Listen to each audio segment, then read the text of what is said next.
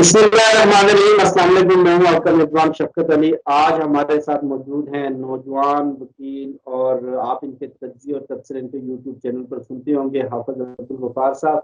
Sir, बहुत शुक्रिया आपके वक्त का। हाफिज साहब, सबसे पहले ये बताइएगा कि कल वजीर आजम इमरान खान ने नवाज शरीफ की तकरीर के बाद बड़ा एक जारहाना रद्द-ए-अमल दिया। जिस तरह से नवाज शरीफ ने नाम ले लेकर DGISI को, जनरल कमर जावेद बाजवा पर इल्जामात लगाए, फौज को सियासत में घसीटने की कोशिश की और फौज की क्रेडिबिलिटी के ऊपर जिस तरह से सवालात उठाए, उसके बाद वजीर आजम इमरान खान ने कल दो टोक अंदाज में बता दिया है कि अब इन चोरों के खिलाफ, इन मुजरिमों के खिलाफ कानूनी और आईनी रास्ता तलाश किया जाएगा। अब इनको मजीद कोई रियायत नहीं दी जाएगी। कानूनी और आईनी रास्ता क्या हो सकता है?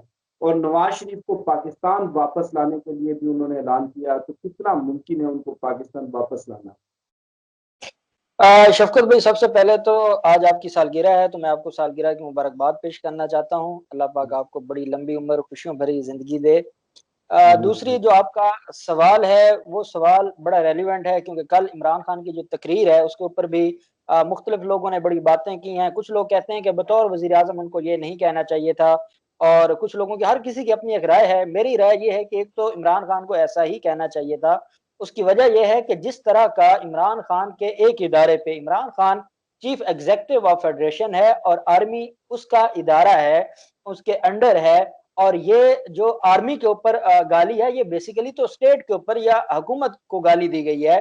और अब कमर बाजवा साहब का तो ये काम नहीं बनता कि वो इस तरह के इश्तिहारी मफरूरों के जो बयानात हैं या उनकी जो गालम गलूच है उसका जवाब दें।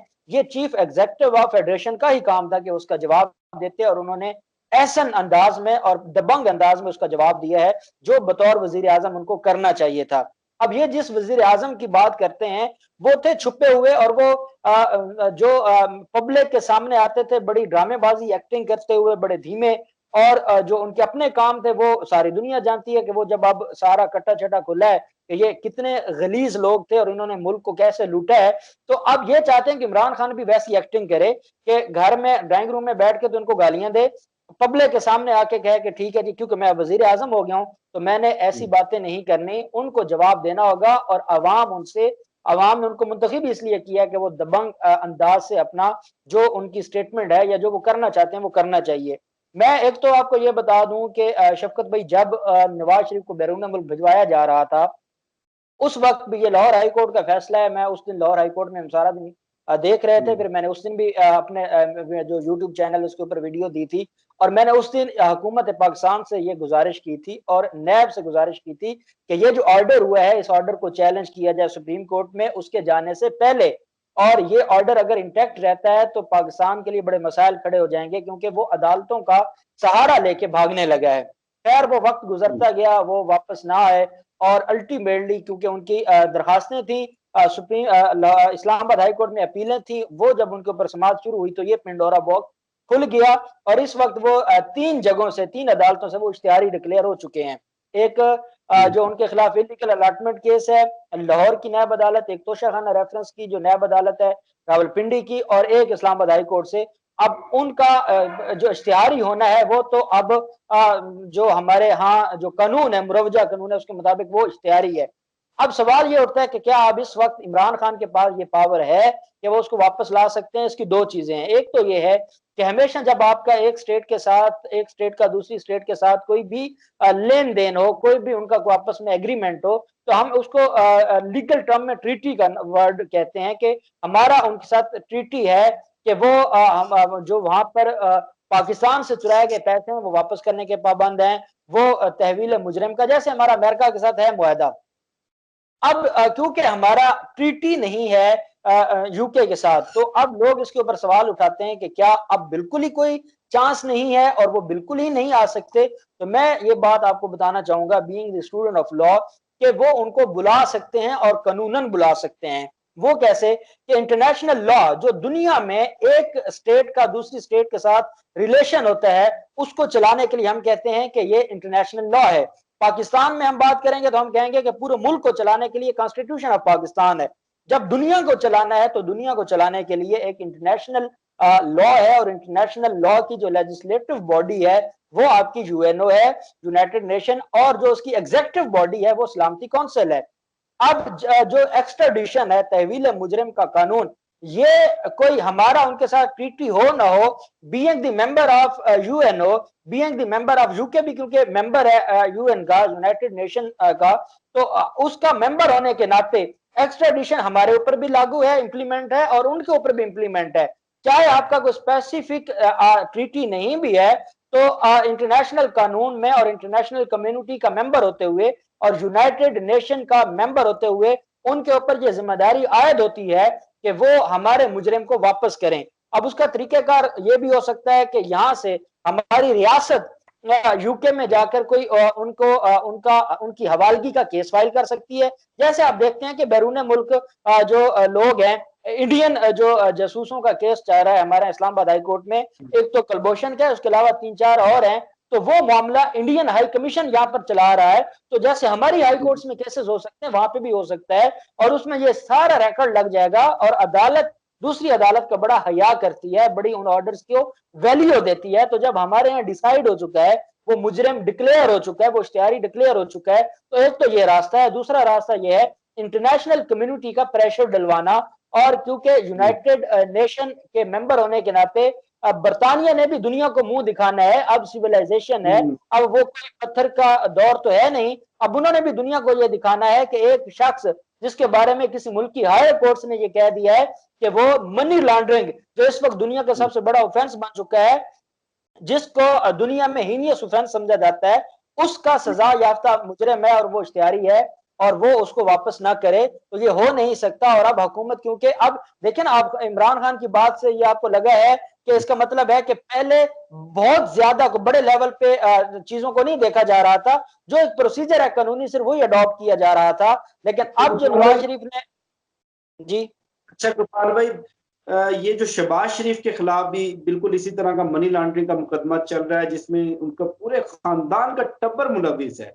अब इतलात ये है कि उन्होंने अपनी अहलिया का एक सर्टिफिकेट पेश किया है कि वो अपना जहनी तवाज़ुन खो बैठी हैं। वो तो अपने मतलब खुदा ना खास्ता उनकी हालत इस तरह से है कि उनको अपना भी होश नहीं है, वो अपने कपड़े भी खुद से नहीं पहन सकती, और शहबाज शरीफ साहब खुद भी नैब की तहवील में अजीबोगरीब किस्म की हरकतें कर रहे हैं। कभी खुफिया कैमरों का वो कहते हैं कि मेरे टॉयलेट में लगाए गए हैं, बेडरूम में लगाए गए हैं, रात को मुझे कुछ लोग आकर डराते हैं। तो ये इस तरह की हरकतें वो क्यों कर रहे हैं? देखिए, उनके पास कोई कानून के मुताबिक तो अपने आप को डिफेंड करने का कोई ग्राउंड उनके पास नहीं है। शहबाज शरीफ की दरखास्त जमानत के ऊपर 4 दिन समाअत होती रही है, 4 दिन बहस होती रही है लाहौर हाईकोर्ट में, हम वहां पर मौजूद थे। सवाल उनसे कुछ पूछा जाता था, जवाब कुछ और आता था, और यही वजह है कि जब उनको ये लगा कि मेरिट के ऊपर उनकी दरखास्त जमानत खारिज होने वाली है, और ये जो फैसला है ये रिकॉर्ड का हिस्सा बन जाएगा, तो कोई भी समझदार वकील होता है, जब उसकी दरखास्त जमानत मुलजिम की खारिज होने लगती है, तो वो कहता है जनाब मैं इसको वापस लेता हूं। और वो जो वापस होती है, वापस होने से मुराद ये है कि वो डिसमिस हुई है विड्रॉ की बुनियाद पे, कि उसको विड्रॉ किया गया है, तो उसको भी डिसमिस कहते हैं, कि बसीगा वापसी खारिज शुद्ध, ये वर्ड यूज किया जाता है हमारे यहाँ। तो जो लोग ये कहते थे कि उन्होंने खुद गिरफ्तारी दी है, खुद गिरफ्तारी देनी होती तो 3.5 माह लाहौर हाईकोर्ट में ड्रामा ना करते, हर तारीख पे कोई, कभी ये कोरोना वायरस को लेकर आते थे, कभी कुछ लेके आते थे, फिर इनके वकला बहस करते करते थक जाते थे, फिर अगले दिन की तारीख हो जाती थी, फिर अगले दिन की। इन्होंने अपनी तरफ से पूरी कोशिश की है कि ये कानूनी तौर पे बच सकें। जब ये नहीं बचे, इन्होंने दरखास्त जमानत वापस ले ली है, और जो एक ऑर्डर था नैब को कि इनको गिरफ्तार नहीं करना, जो इंटरम बेल में ऑर्डर था, वो अदालत ने अपने ऑर्डर में लिखा कि वो ऑर्डर रिकॉल हो गया है। जब वो ऑर्डर रिकॉल हो गया तो उसके बाद गिरफ्तार करना ही बनता था ना। और ये क्या करते, तो ये इन्होंने, तो ये जो ड्रामेबाजी है कि खुद गिरफ्तारी दी है, ये टेक्निकल चीजें हैं जो टेक्निकल लोग समझ सकते हैं, तो ये सारे के सारे इन्होंने फ्रॉड किया है। दूसरी बात यह है कि क्योंकि इनके पास कोई कानूनी जवाब मौजूद नहीं है, और नैब ने इतनी स्ट्रॉन्ग एविडेंस इनके सामने जो है, वो कितने वॉल्यूम्स हैं और कितनी गाड़ियों पे वो वॉल्यूम्स लाए गए हैं, वो मेरे ख्याल में 47 वॉल्यूम है या 49 वॉल्यूम्स हैं। तो अब इनके पास जवाब नहीं है, ये जान छुड़वाना चाहते हैं। अपनी वाइफ को इन्होंने पागल डिक्लेयर किया, और ये रिपोर्ट मेरे पास है, और मैंने ये एक दिन पूरी रिपोर्ट पढ़ के अपने नाजरीन को सुनाई थी। तो ये सारी चीजें हकीकत पर मबनी है। शहबाज शरीफ अदालत में आता है, कोई उसके पास वो नहीं है, उसके वकला पूरी टीम अदालत में मौजूद होती है, उनसे मशवरे के साथ ही बात करता है। पब्लिक को मीडिया ये कहता है जी कि वो अपने वकील नहीं किए। भाई वकील क्या करेंगे जब वो 4 महीने उन्होंने जोर लगा के दरखास्त नहीं मंजूर करवा सके, तो वो उसका कोई फिजिकल रिमांड तो जो एक रूटीन में मिलना है वो मिलना है। अब उसके पास कुछ और है नहीं। अब वो कहते हैं कि शायद कहीं जाके मेरे साथ कोई कौम है या मीडिया है, वो मेरी इस कसम पुरसी की जो हालत है इसके ऊपर कोई तरस खाए और कोई मुझे माफी दे दे। वो अब इस चक्कर में वो सिर्फ तरला जो एक है, एक उनका ग्राउंड है, उनकी पूरी की पूरी जो दरखास्त है उनमें सिर्फ तरला ग्राउंड है कि जनाब मेहरबानी करें, माफी दे दें, मेरे बच्चे जो हैं वो भी बेगुनाह हैं और मैं भी बेगुनाह हूँ, मेरी वाइफ जो है वो मेंटली डिसऑर्डर है उसका, और उन्होंने लिखा है कि वो अपने कपड़े नहीं पहन सकती। अब ये भी कोई बातें हैं, ये हमारे जैसा बंदा तो ये बातें कर नहीं सकता, और ये सारा कुछ उन्होंने उनके जो मेडिकल डॉक्टर्स हैं उन्होंने लिखा है। तो बेसिकली वो खौफजदा हैं और उनके पास कोई मेरिट पे बात करने को नहीं है, और वो इस तरह की बातें करके कौम को उलझाना चाहते हैं। लेकिन कौम अब समझ चुकी है, और हमने एक एक लफ्ज उस रिपोर्ट का, ऑर्डर का, या जो अदालत की प्रोसीडिंग्स होती है वो हम कौम को बता रहे हैं, ताकि वो ये ना कहें कि हमें पता नहीं था, और ये एक्सपोज हो रहे हैं और होते रहेंगे। बहुत शुक्रिया गफ्फार साहब आपके कीमती वक्त का। मुझे शफकत अली को और एडवोकेट अब्दुल गफ्फार को दीजिए इजाजत। इंशाल्लाह फिर नेक्स्ट वीडियो में मुलाकात होगी। पाकिस्तान जिंदाबाद।